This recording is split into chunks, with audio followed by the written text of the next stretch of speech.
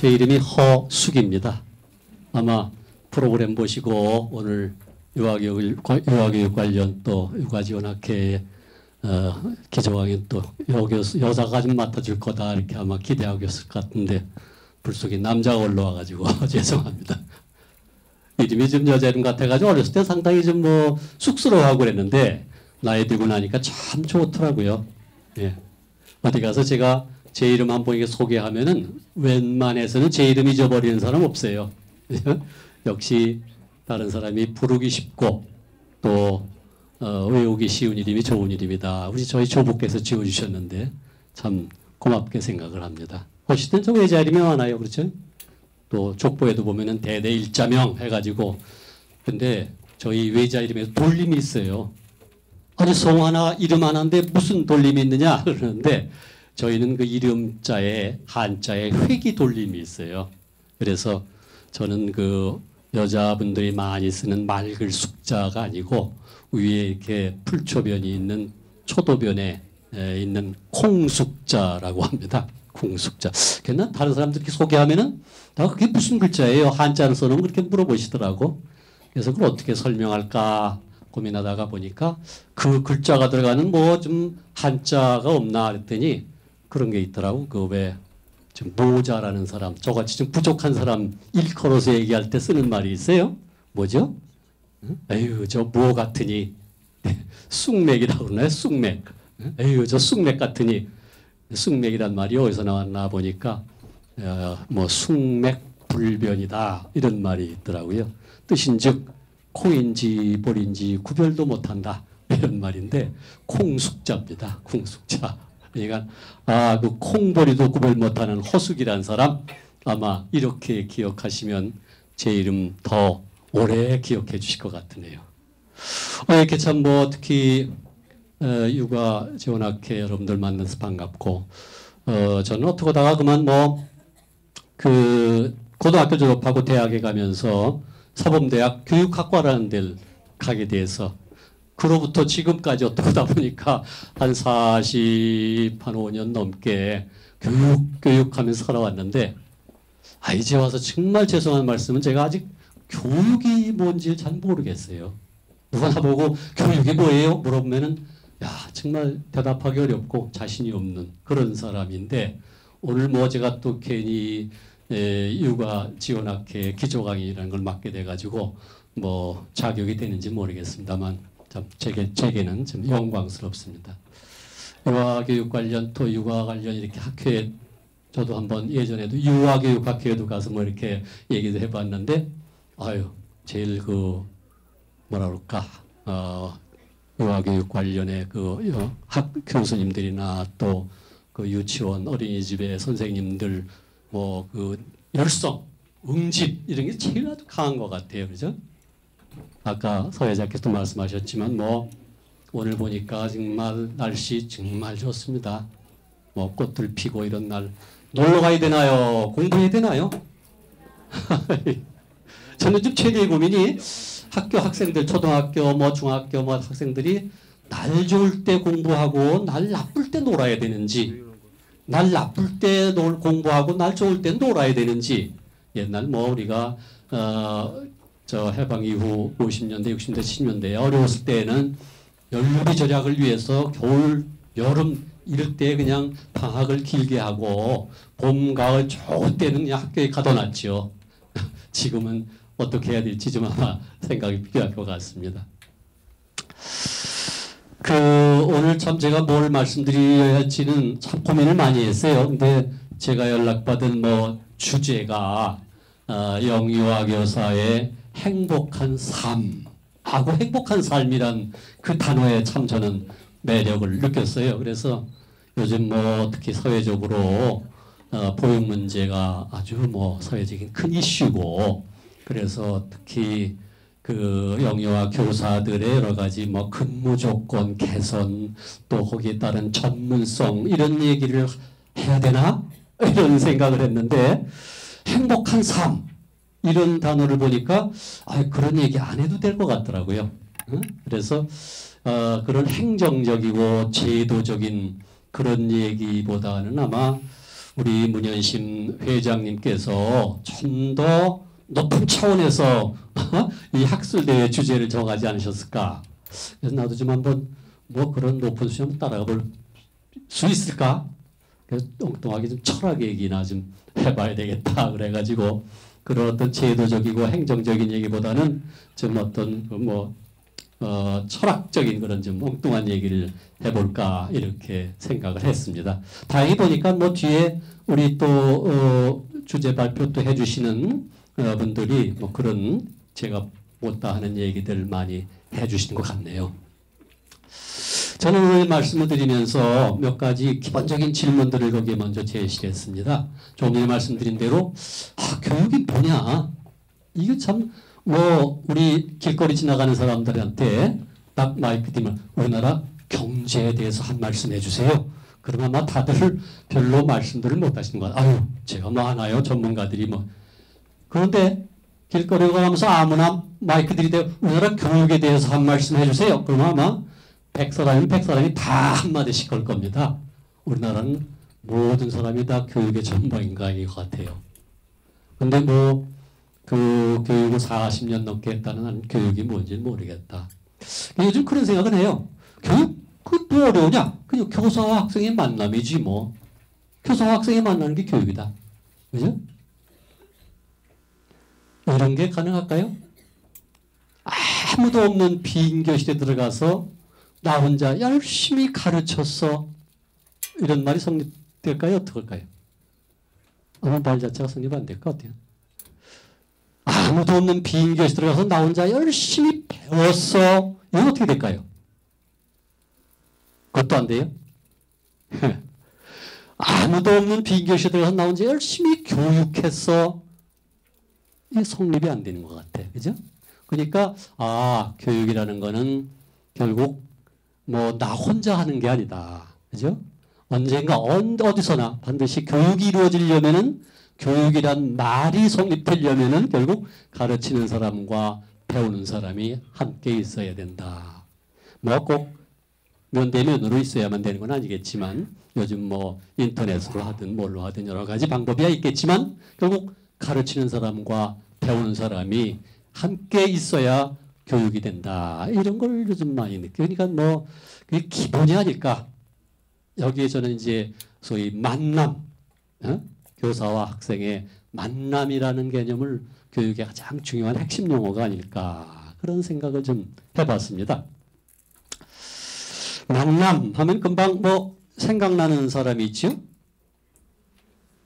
노사연.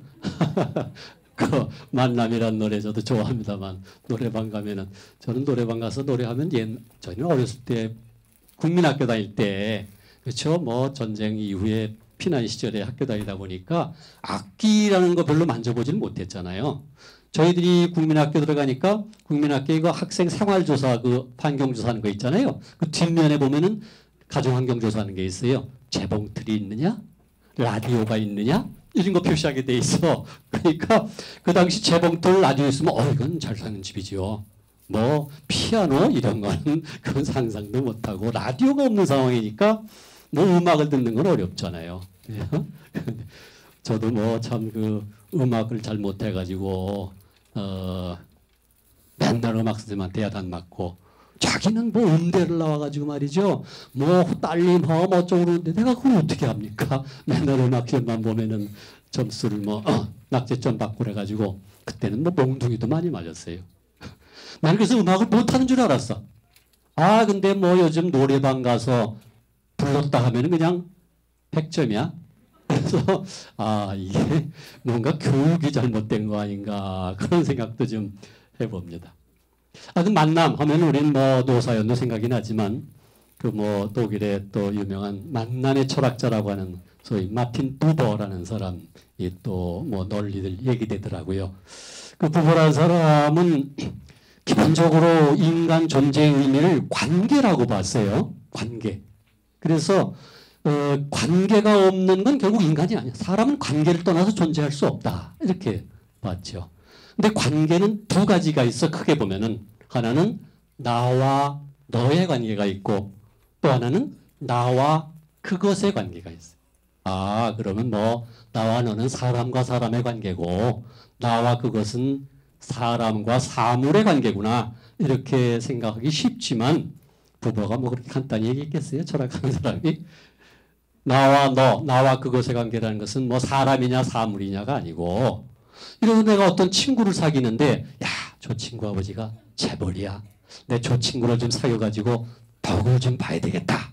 이런 생각을 가지고 접근해서 그 친구를 사귀었다면 그 친구는 나에게 하나의 수단적인 존재에 불과하죠. 수단이죠. 그렇죠? 그러니까 결국 부모가 말하는 나와 너의 관계라는 것은 사람과 사물이냐 사람과 사람이냐가 아니다. 우리 옛날 조상들은 지금도 시골에 가면 있잖아요. 어디 강물이 흐르고 언덕이 있고 경치가 참 좋다 싶으면 꼭 거기에 정자가 있어요. 그렇죠? 정자에 앉아서 참 바라보면서 뭐 글도 읽고 시도 쓰고 거기 혼자 앉아가지고 나무하고 대화를 해요. 아, 저 나무가 나한테 이렇게 인생을 말하는구나. 이때 그 나무는 나와 대화를 하는 하나의 인격체예요. 그죠? 이때 그 나무는 그것이 아니라 너가 되는 거죠. 그래서 부모가 말하는 아마 나와 너의 관계, 나와 그것의 관계라는 것은 바로 관계가 어떤 인격적인 만남이 이루어지는 거 아닌가 이런 걸 말하는 것 같아요.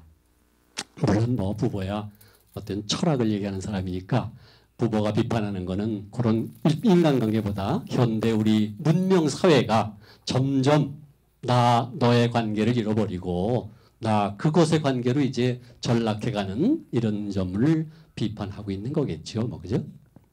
그렇게 가능할까요? 내가 무인도에 가서 혼자 살아. 아무도 없어.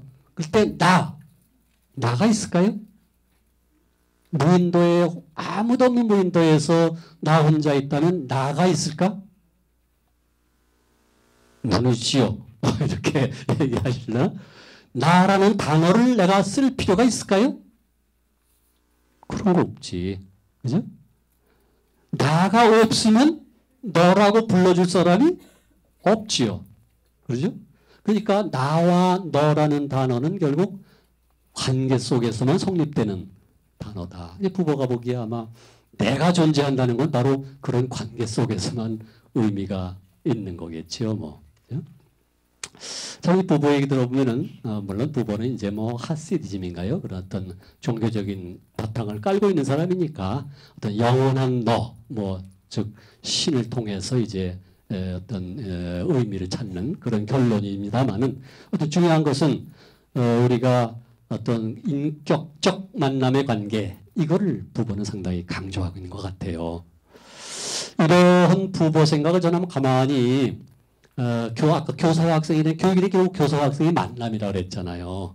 그러니까 교사와 학생의 만남 속에다가 그런 부부의 생각을 한번 적용을 해보니까 여러 가지 우리 생각이 가능할 것 같더라고요. 그래서 우선 가르치는 교사와 또 돌보는 교사와 또 배우는 학생, 돌봄을 받는 아동의 관계는 어떤 걸까? 이런 생각이 드는 거죠. 이걸 저는 이제 뭐 주체, 객체 이런 말은 어려운 말은 아니고 그냥 주인, 손님 이렇게 해도 되고 편의상 그냥 주체, 객체란 말로 거기 표현을 해봤어요. 예를 들어서 우리가 전통적으로 뭐 우리 교육 이론 공부하면은 제일 얘기하는 게 뭐 교사 중심 교육, 아동 중심 교육 이런 얘기 하잖아요. 이 교사 중심 교육이라는 건 되게 교사가 교육의 어떤 히제모니 파워를 잡고 교사의 뜻에 따라서 아동을 물론 훌륭한 사람 만들어야지요. 훌륭한 사람 잘 주물러서 훌륭한 사람 만들어야 되는데 그 교사가 모든 것을 다 알고 있고 교사는 참 다 모든 권한을 가지고 있지요. 그렇죠? 우리가 지금도 저는 그렇게 생각해요. 학교 교실에 가면은 교사와 학생의 권력의 차이는 너무 큰 것 같아요. 그럴까요? 그 회사에 가보면 되게 뭐 사장, 부사장, 부장, 과장 이런 식으로 쫙 그 어떤 권한의 위계관계가 있는데 교실에 가보면은 뭐 딱 두 계층밖에 없어요. 전권을 가진 사람과 아무 권한도 갖지 못한 사람. 교사가 무슨 권력이 있어요? 그러겠지만 교사와 학생이 가지는 교실에서의 어떤 권력 관계를 상대적 개념으로 보면 상당히 큰 차이다. 그죠? 아동들이 절대적인 권력을 가진 사람 앞에서 어떤 행동, 어떤 생각을 할까? 이런 점들을 우리가 많이 생각해 볼 필요가 좀 있을 것 같아요.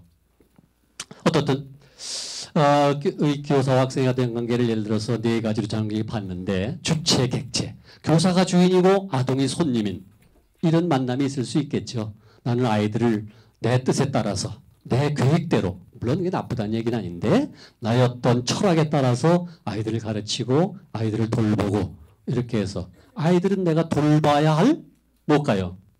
대상이지요. 그죠? 대상. 목적물이에요. 내가 주인공이고 아동들은 내가 가르치고 돌봐야 할 대상물이 되는 이런 관계를 생각해 볼 수 있겠죠. 우리 전통적으로 교사 중심 교육에서 아마 그 유명한 뭐죠? 브라질의 프레일이라는 학자가 제일 반대하는 게 그런 것 같아. 교사는 모든 걸 다 알고 있고 학생은 아무것도 모른다. 교사는 예를 들어서 모든 걸 다 결정하면서 학생은 따른다. 교사는 가르치기만 하고 학생은 배우기만 한다. 이런 개념들을 아마 프레일은 제일 싫어하는 것 같아. 그죠? 왜 교사는 가르치고 학생은 배우기만 하냐? 교사도 가르치고 학생도 가르치고 교사도 배우고 학생도 배우고 이런 게 교실 아니냐 그런 아마 얘기를 하는 것 같아요. 그렇다고 해서 우리 전통적인 교육이 이제 교사 중심 교육이라고 특히 유아교육, 아동교육 하시는 분들이 이제 아동 중심 교육 이런 얘기들을 많이 하시죠.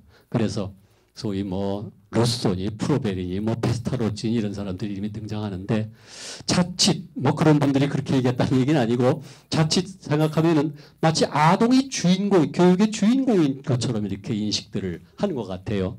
아동이 주인공이면 교사는 뭐예요? 손님이 되는 거 아니야. 그죠?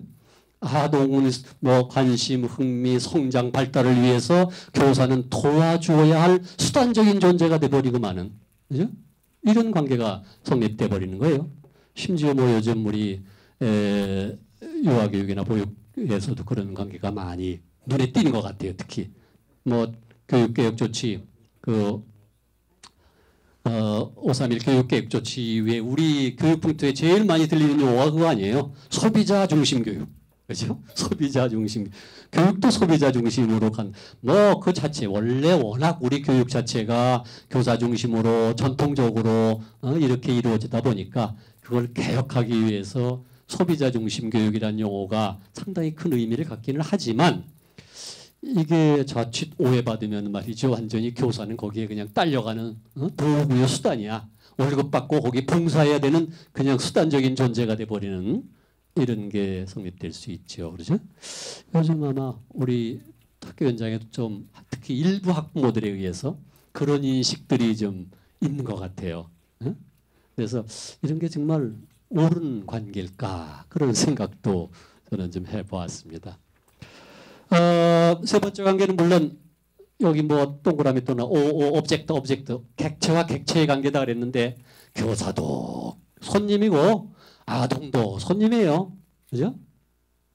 이런 게 아마 참 어려운 문제일 텐데 그런 게 어디 있어요? 그러겠는데 한번 가만히 생각해보면 특히 글쎄 어떤 예를 들 수 있을까? 그런 예가 어떤 게 있을까요? 학원, 그럼 또 학원 비난하는 게 돼야 안 돼. 학원이 다 그렇다는 얘기는 아니고 예를 들어서 내가 학원에 옛날 대학 입학 시험 보기 위해서 대학 입학 공부하기 위해서 학원에 갔다. 그때 나도 그때 홍아무개가 쓴 수학 책 있잖아요. 그 책 가지고 그 양반은 그거 하나 가지고 돈 벌었어. 재벌 됐어요. 그죠? 1개월 단기 완성. 그거 한번 들어봤어요. 정말 그 두꺼운 책을 한 달 만에 띄더라고. 근데 아무개 직강 이런 식으로 쫙 있을 때 그때 학원에 가서 어느 강좌를 들을까 이거를 선택하는 기준이 뭐예요? 아무개 선생 참 실력은 좀 부족하시지만 인품이 좋으시다는데 나 그 강좌 들어야지. 아마 이렇게 선택하는 경우는 없는 것 같아. 그죠? 거기서의 선택 기준은 그 선생님이 얼마나 나에게 필요한 정보를 효율적으로 전달해 주느냐. 이게 중요한 거죠. 그죠? 그냥 누가 가르치느냐? 이거 중요한 게 아니에요.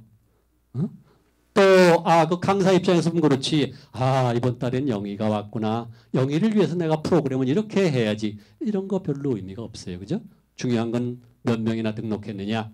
뭐, 곱하기 수강료가 얼마냐. 뭐, 그런 건 아니겠지만, 원칙적으로 이제 그렇게 생각해 볼 수 있지 않겠어요? 이런 경우에는 누가 지금 학습자가 누구냐. 이것도 중요한 게 아니야. 그죠? 중요한 거는 오직 지식과 정보의 효율적인 전달이죠. 뭐. 그죠? 요즘 우리 뭐 컴퓨터 교육이라는 건 되게 그런 거 아니겠어요? 응? 여기는 결국 교사도 없고 학생도 없고 지식과 정보의 전달이 우리 심리학의 유명한 누구죠? 스키너라는 학자가 쓴 책 있잖아요. 교육공학이라는 책에 보면 그랬더라고. 그동안 교사는 너무 가르치는 일에 시달려 왔어요. 이제 좀 너무 그냥 시간이 없으니까 애들하고 대화도 못 하잖아. 그래서 가르치는 일로부터 교사가 좀 해방돼야 돼. 인간 교사하고 기계하고 누가 더 효율적으로 짧은 시간에 보다 많은 정보를 전달하는가 시합하면 어떻게 되겠어요? 당연히 기계가 낫죠. 네?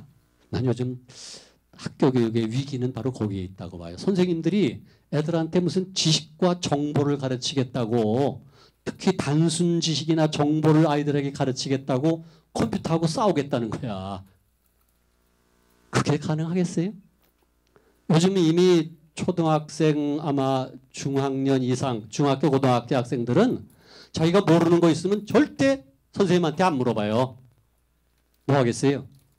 당장 손가락만 튕기면 답이 다 나오는데 뭐하라 선생님한테 가서 뭐 조아리면서 물어보겠어요. 그죠? 이제 아이들에게 필요한 지식과 정보는 더 이상 학교에 있지 않다. 이게 지금 문제예요. 그러니까 아침에 아이들이 학교에 등교하면 중고등학교 애들이 아침에 등교하면서 그러겠어요? 야, 오늘 학교 가서 정말 나에게 필요한 지식 정보를 잘 배워야지. 선생님이 가르쳐 주시겠지. 이런 생각하면서 학교에 등교하는 학생이 있겠어요? 없어요. 이게 지금 오늘날 학교의 가장 큰 고민이에요. 학교가 정말 살아남을 수 있을까? 지금 결국 어떻게든 그냥 법으로 너 180일 이상 학교에 나와야 돼 인마 이 법 하나 가지고 아이들을 붙들고 있는 건데 앞으로 뭐 평생 학습사에 되면은 그것도 내가 보기에 불가능할 것 같아요. 홈스쿨링을 하든 학원을 다니든 너 독학을 하든 관계없어. 이 정도만 오면은 패스.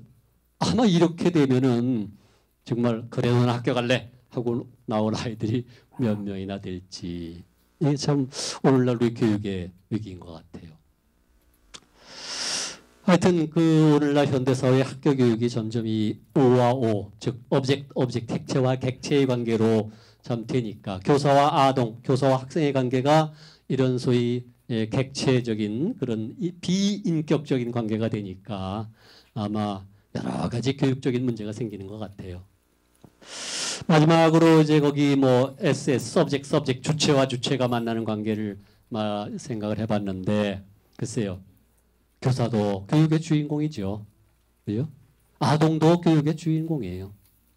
교사는 뭐 아동의 성장 발달을 위해서 도와주어야 하는 수단이나 보조가 아니다. 저는 그렇게 생각해요. 또 아동들이 교사에 의해서 뭐 훌륭한 삶으로 주물럭주물럭 만들어져야 할 재료나 원료도 아니다. 이미 아이들은 아이들대로의 어떤 특성들을 다 가지고 있기 때문에 우리가 그걸 어떻게 잘 정말 뭐 모르겠어요. 저는 그런 교육은 정말 기르는 일일까요? 만드는 일일까요? 훌륭한 사람 만들어야죠. 참 그게 교육이 해야 할 일이 뭔지는. 그러나 하여튼 제가 말씀드린 것은 교사와 학생의 만남이라는 게 기본인데 오늘날 우리 학교 현장이든 뭐 요즘 언론지상을 통해서 보건대 특히 유치원도 그렇고 뭐 어린이집도 그렇고 이 보육 단계에 있는 아이들을 또 보살피는 많은 선생님들이 참 제가 봐도 저도 요즘 뭐 손녀딸이 하나 있는 손녀딸애가 이제 어린이집에 또 다니고 그러더라고. 또 딸 녀석도 뭐 애를 하나 낳았는데 아직 돌도 안 됐는데 또 어디 자기가 심심하니까 또 나간대. 그러니까 그런 거 보면은 참 그 선생님들이 고생이 많으시더라고. 이 뭐 고등학교, 대학 교수가 제일 편한 것 같아요. 그죠? 힌트만 주면 다 대학, 우리나라 법에는 대학 교수는 고등학교 선생을 할 수 있게 돼 있고, 고등학교 선생은 뭐 중고등학교 선생 할 수 있고, 중고등학교 선생은 초등학교 선생은 연수만 받으면 유치원 선생 할 수 있도록. 이건 난 거꾸로 가야 될 것 같아요. 그죠? 저보고 유치원 선생님 하라고, 이거 난 죽었다 깨나도 못할 것 같아. 제일 어려운 게 결국 보육다 어렸을 때 아이들을 가르치는 게 제일 어려운 거 아니에요. 저는 교육대학에서 오래 근무하다 보니까, 그래도 교육대학은 초등학교 아이들 대상으로 하니까 그 가르치는 여러 가지 방법, 아이들과의 관계 이런 거를 상당히 강조하잖아요. 사범대학 나온 중고등학교 선생님들 보면은 솔직히 교육이 뭔지도 모르더라고. 나보다 더 몰라. 교육이 교자도 모르면서 그냥 지 전공 과목만 가르치면 그게 교육인지를 아는 사람들이 참 많은 것 같아. 난 이건 참 잘못됐다. 응? 교육의 방법이 어때야 되는지, 학생들이 어떤 특성을 가지는지 이런 거 전혀 관심이 없더라고요. 그래서 오늘 정말 말씀드리고 싶은 얘기가 그거예요. 교사가 아동들을 위해서 물론 봉사하고 또 지도하고 여러 가지 해야 되는데, 교사도 한 인간 아니냐. 응? 아무리 소비자 중심 교육 하지만 결국 교사가 교육의 수단이냐? 아동이 교육의 수단이냐? 저는 요즘 그런 생각 많이 합니다. 누구 우리 회장님한테 여쭤봐도 되나? 살기 위해 일하세요? 일하기 위해서 하세요? 아니 뭐 당연히 뭐 다 먹고 살자고 이 고생하는 거지. 아마 이렇게 생각하시는 분들이 많은 것 같아요. 그죠? 다 먹고 살자고 일하는 거 아니겠어요? 그죠? 네, 그렇게 생각하세요? 만약 살기 위해서, 먹고 살기 위해서 다 일하고 하는 거지, 다 살기 위해서 일하는 거 아니냐? 이렇게 생각하신다면은 제가 제안을 하나 드릴게요. 제가 지금부터 살게 해드리겠습니다. 사는 게 뭐 별거겠어요, 그죠? 배고프지 않게 세끼 식사 제공해드리고, 또 춥지 않게 의복 다 제공해드리고, 비 맞지 않도록 거처도 마련해. 좋은 방법은 우리 집으로 오시는 거네. 살도록 보장해드릴게요. 오케이? 조건이 하나 있습니다. 죽을 때까지 어떤 종류의 일도 해서는 안 됩니다. 왜? 살기 위해서 일한다고 그랬으니까 사는 게 목적 아니에요. 일은 살기 위한 수단 아니에요. 그러니까 사는 게 해결되면 수단은 없어도 되지요. 지원하시겠어요? 네? 일 안 하는 게 뭐예요? 어떤 종류의 일도 하지 않는다 이 말. 그냥 내가 제공하는 밥 먹고 뭐 어떻게 아주 극단적으로 말하면 그냥 식물인간처럼 평생 사시겠느냐 이거예요. 일하지 않고. 아마 그렇게 살고자 하는 사람 아무도 없을 것 같아요. 그죠? 우리는 그냥 쉽게 생각하면 다 먹고 살자고 고생하며 일하는 거지 이렇게 생각할지 모르는데, 우리의 삶에서 일을 떼어내고 나면 뭐가 남을까? 사람이 제일 힘든 게 뭐냐? 실직했을 때예요. 실직했을 때. 일을 하다가 그 일이 없어졌을 때에 사람의 존재 자체가 어렵죠. 그죠? 참 그게 우리가 쉽게 생각해서 뭐 삶과 일이라는 게 다른 것 같은데, 예를 들어 이런 거 생각해 보세요. 제가 이렇게 원래 얼굴이 잘생긴 사람은 아니고 성형수술을 좀 했거든요. 제 코를 좀 높였어요. 코가 뭐 고개를 끄덕거리셔 정말인지 알고 코가 내가 1cm 코였는데 좀 높은 코가 좋더라고 해서 2cm로 코를 높였어요. 어떻게 됐죠? 나의 코가 변했지 나는 안 변했지요? 아니면 내가 변한 겁니까? 어떻게 됐나요? 내가 어제 뭐 검은 양복을 입고 있다가 오늘은 파란색의 양복으로 바꿔 입었어요. 나의 양복이 바뀌었지 나는 안 바뀌었다 라고 말할 수 있는 겁니까? 아니면 내가 바뀐 겁니까? 아니요. 내가 지금 아이들을 가르치는 유치원 선생님이에요. 애들 뭐 그러니까 적성에 안 맞아요. 그래서 야 이거 못해 먹겠다. 사표 내고 나가서 회사에 취직했지요. 나의 직업이 바뀌었지 나는 안 바뀌었지요? 아니면 내가 바뀌었나요? 안 바뀌었어요. 그러면 내 코가 1cm였을 때의 나하고 내 코가 2cm로 커졌을 때의 나, 코가 몇 cm로 변화하든 나는 안 변했다 이 말이죠. 변화하지 않는 나, 변화하지 않는 나의 코는 몇 cm입니까? 에?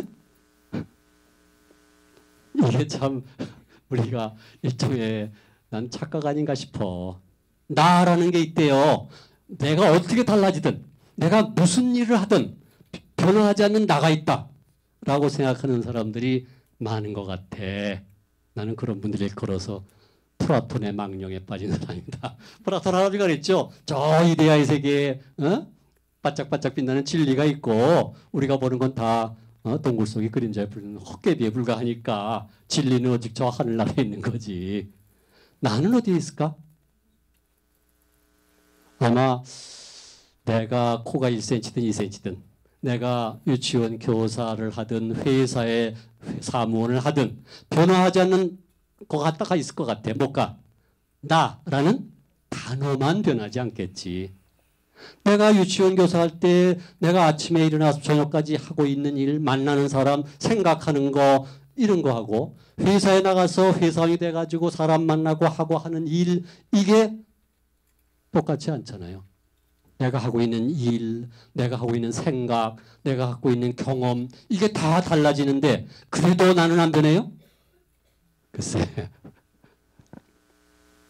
결국 나는 그런 생각이 들어요. 내가 결국 나라는 거는 껍데기가 나가 있는 게 아니야. 나의 어떤 실제적인 존재가 있을 뿐이죠. 그렇잖아요. 아주 극단적으로 내가 아이들에게 가르치고 있어요. 뭘 가르쳐요? 내가 알고 있는 거 가르치잖아요. 또 내가 경험한 거 가르치잖아요. 내가 생각하고 있는 거 가르치잖아요. 내가 경험한 거, 내가 알고 있는 거, 내가 생각한 거 이거는 나와 별개의 건가요? 아니에요. 그 생각, 그 경험, 그 지식을 가지고 있는 사람이 바로 나예요. 그렇잖아요. 허숙이란 사람은 이렇게 생겨가지고 1900년대에 이 좁은 한반도에 태어나서 이 좋은 분들 만나가지고 이렇게 살고 있는 사람이 허숙이란 사람이에요. 그거 떠나서 완전히 어디 저 껍데기만 있는 그런 허숙이란 사람은 없지요. 후회스러워요. 왜 이 좁은 한반도 그것도 분단된 요 땅덩어리에 태어났을까? 나도 좀 저 미국에 태어나가지고 큰 땅덩어리에 좀 살아봤으면 좋겠다. 후회해 본들 소용없는 거지요. 그죠? 그 유명한 하이데거라는 철학자가 그랬나요? Being in the world. 우리 세계 내 존재 아니에요. 우리는 이미 태어나는 그 순간에 세계를 가지고 있잖아요. 내가 자꾸 앞에 앉아가지고 내가 우리 말을 쉽게 생각합니다. 이상이 왜 태어나셨어요? 내가 이 사람을 부모로 삼아서 인간으로 태어나가지고 이런 목적을 가지고 한번 살아봐야지 라고 의도하고 계획적으로 태어나셨죠? 아마 그런 분은 아무도 안 계실 것 같아. 그죠? 어떠다 보니까 그냥 부모님 실수로 만들어져서 나가 임마 이 풍진 세상에 내 동댕이 쳐졌잖아요. 왜 사세요? 목적도 없이 태어나서 왜 사세요? 사는 목적이 뭐예요? 누가 나에게 목적을 주는 건가요? 결국 삶의 목적이란 내가 만들 수밖에 없잖아요. 내가 만드는 거지 무슨 누가 밖에서 주는 것이 아니잖아요. 응? 샤르트르라는 사람 그 명제가 그건가요? 실존은 본질에 앞선다. 내가 왜 사느냐 묻기 이전에 이미 나는 벌써 살고 있는 거예요. 그죠? 그게 내 삶이죠. 그냥 보육교사 유치원 선생님이 내가 지금 내 삶 어떤 존재로서는 그 속에서 사는 거 내가 하고 있는 일 그 자체가 나지. 나라는 껍데기가 있고 내가 어디 들어와가지고 그런 일을 하고 있는 것이 아니다. 그죠? 그런 일을 하면서 그런 사람 만나서 그런 생각하고 그런 경험하는 사람이 바로 나라는 거지. 그죠? 이런 생각을 할 때에 제가 오늘 말씀드릴 포인트가 교사도 결국은 실존적인 존재다. 그죠? 교실에서 아이들하고 생활하는 그런 하나의 그 인간 존재가 거기 있는 거지, 뭐 껍데기가 가지고 아이들 가르치는 어떤 그런 일을 하고 있는 게 아니지 않느냐. 되게 요즘 그 교사론 책 보면은 교직의 전문성 이런 거 나오잖아요. 교직의 전문성이 뭐냐 보니까 다 자기를 버리는 일이야. 아무리 화가 나도 숨겨야 돼. 객관적으로 아이들 대하고 공정하게 대하고 예쁜 애나 미운 애나 뭐 그런 거 없어. 아주 그냥 모두 공평하게 말이죠. 이렇게 대하도록 돼 있어. 그죠? 그게 훌륭한 교사예요. 전문적인 교사라고 하는데, 야, 이게 인간인지 로봇인지 모르겠. 뭐 교사도 사람이니까 화도 나고 또 귀여운 애도 있고 뭐 그렇지 않겠어요? 응? 그건 뭐 사람의 당연한 진짜 어떤 본질이겠죠. 뭐 그래서 결국 중요한 것은 교사가 사람임을 숨기고 무슨 뭐 전문가 객관적인 로봇처럼 행동한다는 게 결국 옳은 일인가? 그렇다고 해서 사람으로 행동한다는 게 내 멋대로 행동한다는 건지 그건 모르겠어요. 근데 결국 교사도 분명히 교실에서 하나의 실존적인 존재니까 결코 무슨 수단적인 존재나 도구적인 존재로 이해될 수 있는 것이 아니지 않느냐, 그런 생각을 좀 가져봅니다. 우리 아까 말씀드린 대로 아동 중심 교육에서 특히 그런 얘기 많이 하잖아요. 그죠? 또 교사 중심 교육에서도 그렇지, 교사 중심 교육이라고 이제 교사의 인격 내지는 어떤 그 교사가 그렇게 존중되는 그런 인격적인 대우를 받는 그런 게 있었나 모르겠어요. 전통적인 사회에서는 교사들의 인격 이런 것이 존중받았나요? 우리 말에는 그런 게 있더라고. 좋은 선생님, 훌륭한 선생님을 부르는 존칭이 있어. 스승이란 단어인가요? 스승. 그죠? 스승이란 단어하고 교사라는 단어하고는 같은 거예요? 다른 거예요? 저 사람 참 나쁜 선생님이야. 참 나쁜 교사야. 이런 말은 아마 쓸 수 있을지 모르겠는데, 나쁜 스승이야. 이런 말은 좀 이상해요. 그죠? 그럼 왜 이상할까? 스승이라는 말 속에 이미 어떤 가치가 들어가 있는 것 같아요. 응? 훌륭한 선생님, 좋은 선생님. 그죠? 어떤 선생님이 되게 스승이에요? 우리가 그냥 옛날에 학교 다닐 때 많은 선생님을 만났지만, 지금도 생각나는 아무개 선생님 참 난 스승이라고 생각한다. 이런 분이 있다면은 어떤 분인지 한번 좀 생각해 보세요. 어떤 분이 스승일까? 고등학교 때 참 수학 선생님, 성격 괴팍하시고 애들 때리고 아주 그 이상한 선생님이었는데 가르치는 기술이 뛰어나가지고 말이야. 그 선생님의 설명만 머리에 쏙쏙 들어오는 그런 게 있었어. 난 지금도 그 선생님을 참 나의 스승이라고 생각해. 이런 경우는 별로 없는 것 같아요. 그죠? 우리의 전통적인 그 스승이란 말 속에는 가르치는 기술이 뛰어났다. 이런 의미는 별로 강조되지 않는 것 같아요. 오히려 어떤 인격, 덕망 이런 것이 있어서 나에게 어떤 감화를 주는 이런 점들을 오히려 스승에 상당히 강조를 하는 것 같아. 그죠? 결국 우리가 누구나 다 참 좋은 선생님 되기를 바라죠. 저도 이왕 교직의 길에 들어서 또는 보육의 길에 들어서 가지고 아이들을 가르치고 돌보는데 애들은 또 얼마나 정확해요. 초등학교, 초등학교 중학년 이상 되면은 애들이 알아요. 선생님이 저걸 잘못하고 있고 선생님이 왜 저러실까? 그러면서도 애들은 참고 앉아 있어 줘요. 이런 거를 전문 용어로 희생적 사회화라고 그러더라고. 자기를 죽이고 선생님을 따라가 주는 거야. 그냥 그래 선생님 체면을 살려주자 이러고 앉아 있어 주는 거지. 근데 유치원이나 이런 애들 보면은 걔네들은 모든 게 그대로 참 느낌 그대로 아니에요. 그죠? 오히려 우리 선생님 좋아. 우리 선생님 최고야. 이왕이면 그런 얘기 듣고 싶지요. 그죠?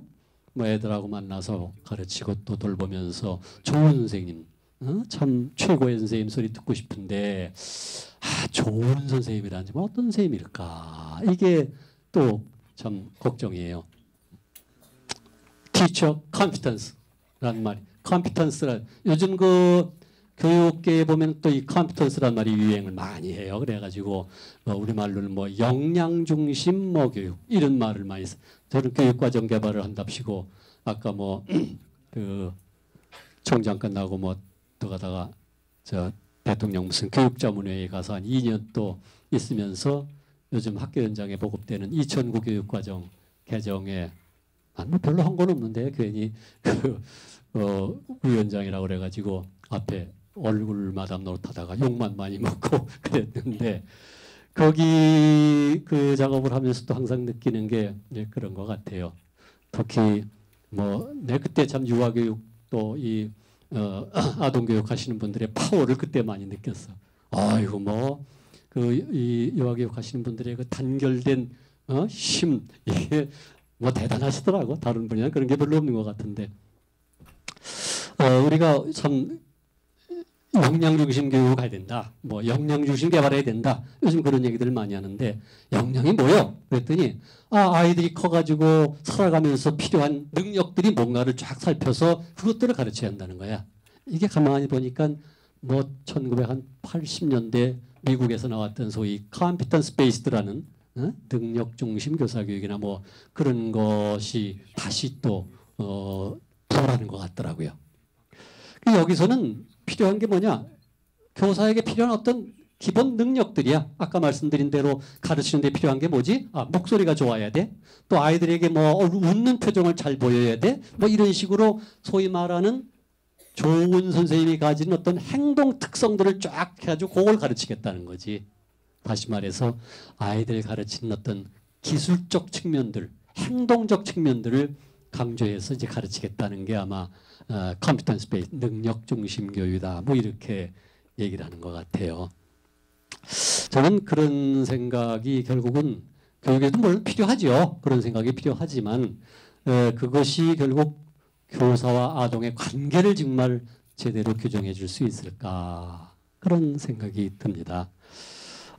우리가 정말 그 아동과 교사의 관계를 가만히 볼 때 아까도 말씀드린 대로 누가 수단이고 누가 목적이고 이런 관계로 만난다면 참 불쌍하다. 선생님 그렇지 않아요?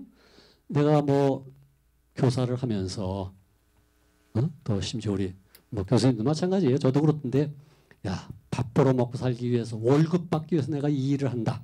이런 생각으로 일을 하면은 야, 그 참 얼마나 힘들어요, 일이. 그렇겠어요? 그 힘들고 월급 받대 내가 이걸 위해서 이 고생을 했나? 이런 생각밖에 더 들겠어? 그래서 그런 관계는 아닌 것 같다. 그런 생각이 들더라고요. 그래서 난 참 말씀드리고 싶은 게 교육 속에는 결국 교사와 아동, 가르치는 사람과 배우는 사람이 있다. 그런데 알았어요. 이제 50분에 끝낼 거니까. 지금 49분이네. 그 교사와 아동의 관계라는 건 절대로 수단과 목적의 관계로 이해돼서는 안 된다. 소비자 중심 교육이고 또 뭐 아동 중심 교육이고 이렇다 하더라도 결국 중요한 것은 교육 속에 살아가는 두 삶의 주체들이다. 저는 그렇게 생각돼요. 그 독일의 가다모란 철학자가 그런 얘기를 했더라고요. 참여라는 것은 말이죠. 전체를 쪼개서 나눠 갖는 게 아니다. 부분들을 보태서 전체를 보강하는 일이다. 그걸 참여라고 그랬어요. 나는 교사와 아동의 관계는 바로 교육 속의 참여 관계다. 이렇게 생각하고 싶어요. 교육이라는 어떤 행위 속에 교사와 학생이 함께 참여해서 부분들을 보태서 전체를 보강하는 일이죠. 그래서 아까 프레이리가 말한 대로 교사도 가르치고 학생도 가르치고 또 교사도 배우고 학생도 배우고 이렇게 되는 것이 아닐까. 그리고 영어의 competence란 말이 무슨 말인지 몰라가지고 한번 연구를 해봤어요. 영어의 competence란 말은 라틴어에서 왔더라고. 그게 앞에 com, 이건 뭐 영어 단어에 컴자 들어가면 알지요. 뭐 community, common, 너와 내가 함께 이런 말. 피테레라는 말은 그게 뜻이 venture forth, 뭔가를 찾아 헤매다, 추구하다 뭐 이런 뜻이에요. 그래서 competence, 능력이란 말의 원래 뜻은 너와 내가 함께 뭔가를 끊임없이 찾아 헤매는 거, 이게 바로 능력이래. 나는 바로 잘 가르친다는 거는 지금 뭐 기술이 뛰어나고 지식이 풍부하고 이게 아니라 정말 아이들과 뭔가 잘 가르치고 돌보기 위한 나의 끊임없는 노력. 어떻게 하면 좀 더 잘할 수 있을까? 매일 그런 생각을 하고 사는 사람이 있다면 가장 잘 가르치는 사람이 아닐까. 행복도 그렇지 않을까요? 저기 가면 행복이 있나요? 행복이 딱 도달하면 뭐가 있나? 저 어디 중국의 서쪽 끝에 샹그리라가 있다는데 거기 저는 심장이 나빠가지고 가는 거 포기했는데 내 친구가 갔다 와가지고 샹그리라 가니까 어떻더냐? 아유 고도 뭐 3,000m, 4,000m 해가지고 숨도 못 쉬고 고생만 하다 왔대. 그러니까 야 거기 가봐야 행복은 없구나. 근데 행복도 어디 귀착점이 있는 게 아니지 않겠어요? 행복이 어딘지도 모르면서 그냥 행복해지려고 계속적으로 노력하는 그 과정이 결국 행복 아닐까. 그런 생각을 해봤습니다. 오늘 뭐 말씀이 너무 주제하고 터무니없는 얘기는 한데 행복한 삶, 이 단어에 저도 매료가 돼가지고 어떻게 가르치는 게 정말 교사도 행복하고 아이도 행복할 수 있을까 그런 생각을 하면서 두서없이 말씀을 드려봤습니다. 뵙겠습니다. 고맙습니다.